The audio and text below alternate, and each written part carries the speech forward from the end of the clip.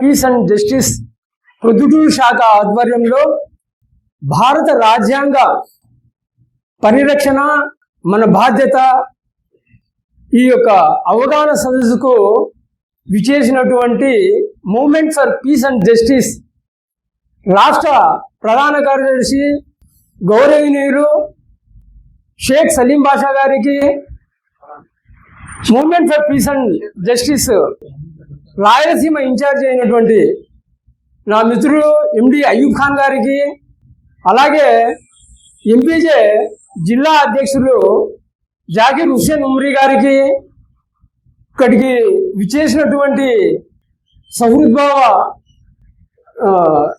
సేవా కమిటీ వారికి, ఇక్కడికి వచ్చిన అందరికీ నా హృదయపూర్వక అభినందనలు. రాజ్యాంగ నిర్మాణం, కాన్స్టిట్యూషన్ ఆఫ్ ఇండియా.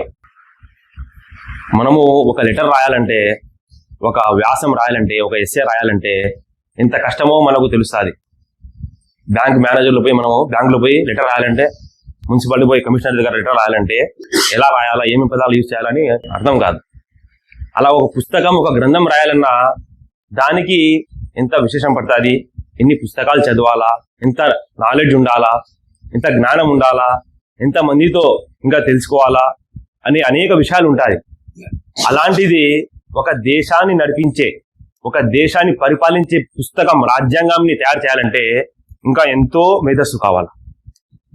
ఈ రాజ్యాంగ నిర్మాణం, ఈ పుస్తకం, దీనికి తయారు చేయడానికి భారత స్వాతంత్రం రాకముందేనే ఒక రాజ్యాంగ పరిషత్, ఒక సభ ఏర్పాటు చేసినారు. దాన్ని రాజ్యాంగ పరిషత్ లేకుంటే రాజ్యాంగ సభ అని అంటారు. ఈ సభ ఎన్నికల ద్వారా ఎన్నుకున్నారు.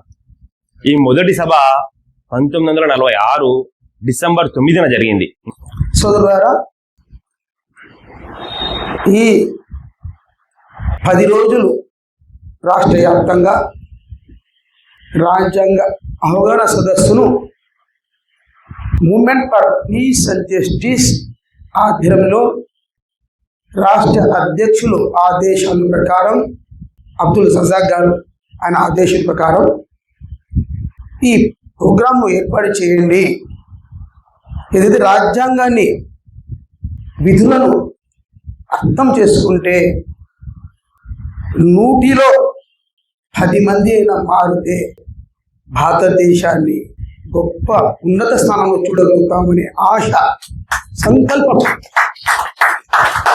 మరి ఆ కోవలోనే రౌండ్ టేబుల్ సమావేశాలు ఏమి, కాలేజీలలో సమావేశాలు ఏమి, ఈరోజు మన ప్రధాన కార్యదర్శి షేక్ సలీం గారు 3వ ప్రోగ్రాం కూడా ఏర్పాటు చేశామన్నా కొంతమందికి తెలపాలి, మరి మన కార్యకర్తలకు ముఖ్యంగా తెలవాలి అని ఆయన భావన నాకు చాలా బాగా నచ్చింది.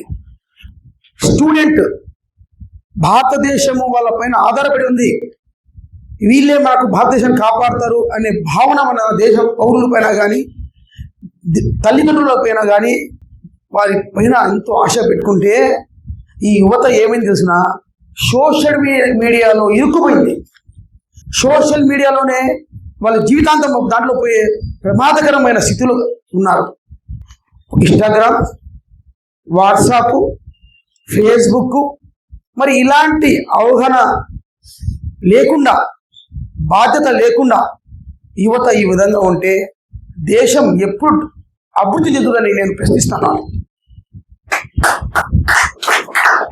కాబట్టి ఈ రాజ్యాంగాన్ని ప్రతి సభలో ఒక జీవోపాఠ చేయాల, కేంద్ర ప్రభుత్వం కానీ రాష్ట్ర ప్రభుత్వం కానీ.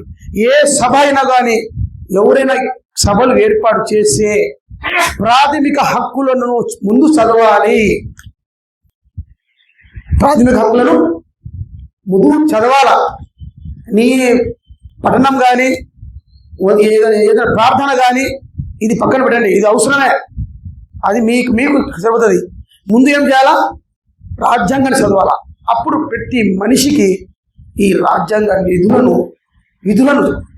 చేరువవుతుంది, అర్థం చేసుకుంటారు. కాబట్టి మిత్రులారా, మీరు మూవ్మెంట్ ఫర్ పీస్ అండ్ జస్టిస్లో మీరందరి సహకారము మనమంతా చేరి ఏదైతే మన దేశాన్ని కాపాడుకునే విషయాలపైన దృష్టి సారించి movement for peace and justice రాష్ట్ర వ్యాప్తంగా దేశవ్యాప్తంగా శాంతి న్యాయం కోసం పోరాటం చేస్తాము. దానికి అనుగుణంగా మీరందరూ సభ్యులుగా చేరి మీ అందరి సహకారం మాకు ఉంటే movement for peace and justice దేశ అభివృద్ధి కోసం పాటుపడుతూ మనమంతా గౌరవించుకునేలా మరి పౌరులుగా తీర్చుతానని ఈ అవకాశం కల్పించినందుకు నేను మరొకసారి movement for peace and justice రాష్ట్ర వ్యాప్తంగా ఉన్న కార్యకర్తలు కానీ ప్రెసిడెంట్లు కానీ సెక్రటరీ వాళ్ళందరికీ మరి ధన్యవాదాలు తెలుపుకుంటూ నేను సెలవు తీసుకుంటున్నాను. జై హింద్, జై భారత్. ఈ మధ్య మీరు చూశారు, ఆ తేదీని పురస్కరించుకొని ప్రభుత్వం మాక్ అసెంబ్లీని నిర్వహించింది పిల్లలతో. ఎందుకంటే పిల్లల్లో కూడా అవగాహన రావాలా రాజ్యాంగం పట్ల, పిల్లల్లో కూడా రాజ్యాంగం పట్ల అవగాహన రావాలని మాక్ అసెంబ్లీ నిర్వహించడం వల్ల ప్రతి కాన్స్టిట్యూషన్ అంటే ఒక నియోజకవర్గం నుంచి ఒక విద్యార్థిని సెలెక్ట్ చేసి అక్కడ సేమ్ ఎలా అయితే అసెంబ్లీ నిర్వహిస్తారో ఆ అసెంబ్లీ లాగా నిర్వహించడం జరిగింది. ఈ కార్యక్రమం చేపట్టడం ద్వారా ప్రభుత్వం చాలా మందికి ప్రజల్లోకి తెలిసింది రాజ్యాంగం అంటే ఏంటి అని. మనకు రాజ్యాంగం నిర్మాణం గురించి మన జిల్లా అధ్యక్షులు చాలా చక్కగా వివరించారు.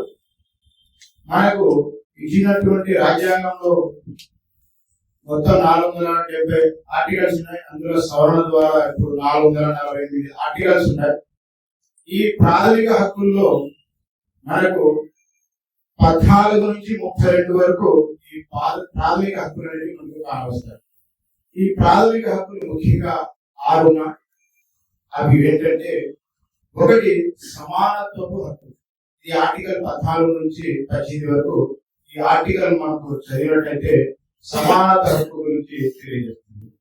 మరియు స్వేచ్ఛ స్వాతంత్రపు హక్కు, ఇది వచ్చేసి 19 నుంచి 22 ఆర్టికల్ మనం చదివినట్టయితే ఈ ఆర్టికల్ ద్వారా మనం ఏం సమానత్వం కోరుతుంది అనేది తెలుస్తుంది.